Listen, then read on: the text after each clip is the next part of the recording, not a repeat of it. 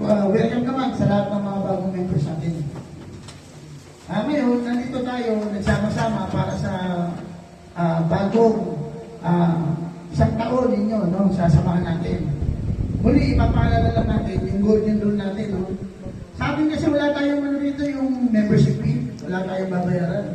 Maraming samahan na meron kang babayaran or hazing, kung gugulpihin ka para makasali ka. No? Dito may konting topic, pero hindi naman nakaka-disgrasya ng kabibro. No? Sa atin, yung golden rule natin, yung ating Matthew 7:12, gawin natin sa kapwa natin yung gusto natin gawin sa atin. So, kung tumutulong kayo, tutulungan namin kayo. Nakikita namin yan, nililipin namin yan. Yung mga hindi tumutulong, pag-pray namin kayo. Pag humingi kayo ng tulong sa amin, kasi nationwide, sa national, hihingi namin sa lahat ng chapter yun.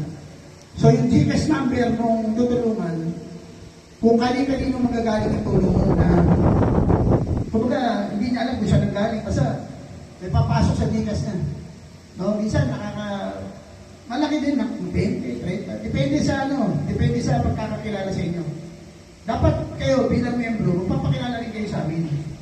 Kasi mas kilala kayo, mas marami ang tutulong sa inyo.